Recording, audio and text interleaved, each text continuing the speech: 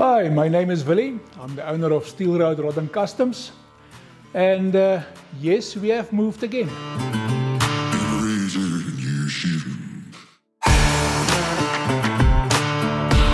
Right, the reason for our movement, due to the fact that we had a walk-in majority or minority of business, we decided to rather go a little bit quieter, a little bit bigger, and more yard space. That was my biggest concern. We worked ourselves to the bone. We're tired, dead tired at this stage, but yes, we're winning. We're up and running, back in business, and can't wait to develop and establish this establishment the way we want to have it.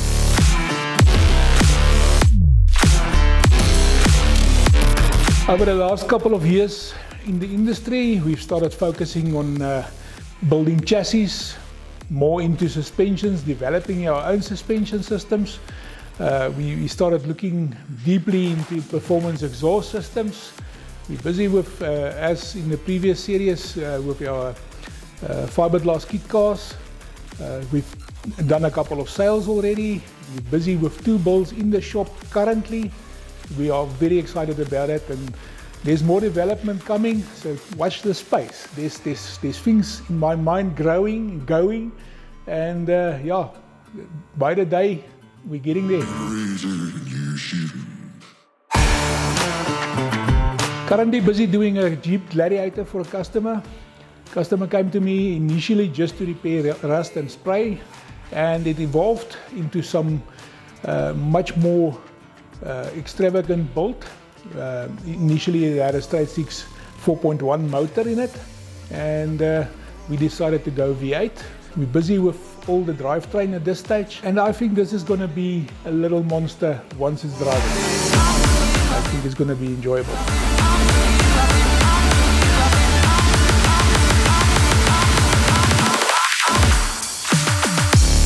We're also busy with a 1937 Monster Jaguar.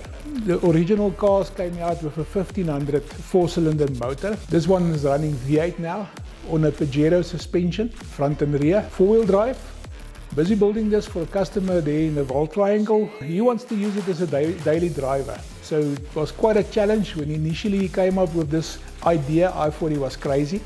But the more we get into this and the further we go into this build, it just starts growing on me. I think in the nearby future, there's going to be a couple of these builds, because people, once they see this, they will definitely start going towards something like this in the rod industry as well. So it's not low and mean, it's high, what you call it, beast.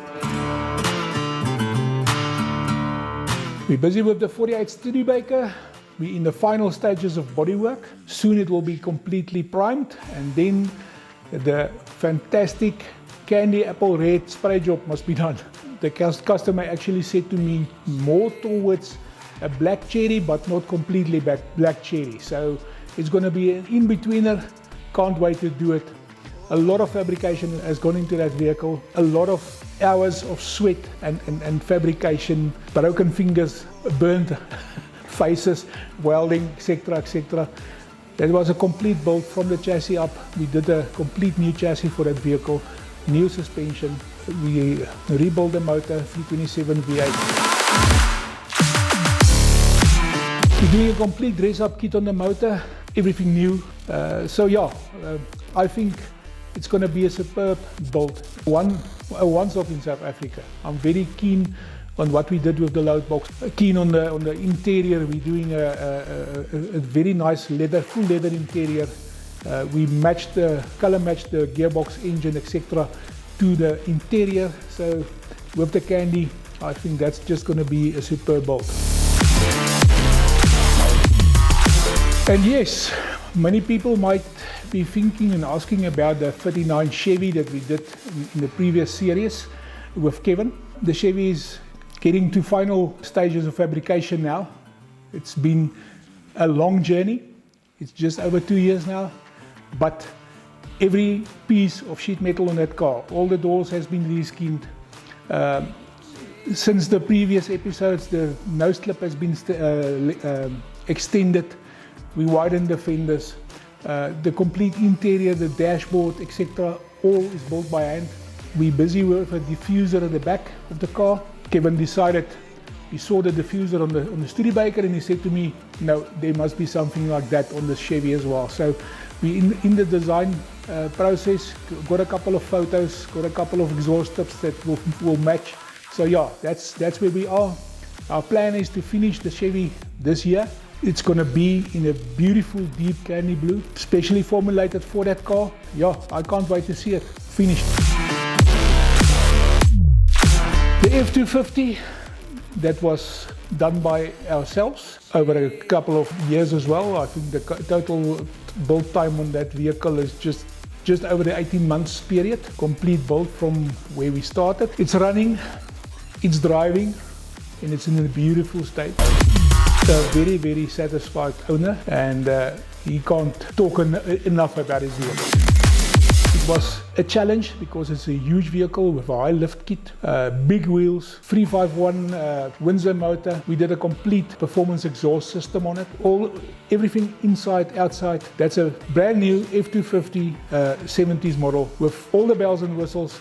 Everything that the owner could import, he did. Some of the stuff he actually double imported it. I don't know why, but I think he can build another one. But yeah, it was an enjoyable build. It was something that challenged us. The tailgate of this vehicle, the owner imported this from the States. It's a way newer model, and he said to me he wants it on this vehicle. And yeah, we had to cut and join and do some serious modification on it to fit the vehicle, but eventually it came out very nice. That was his idea. He spent a lot of money on it. We could have built him a tailgate. He said no, he wants this imported one, and we did it with an imported rear bumper, and to be honest, that looks superb.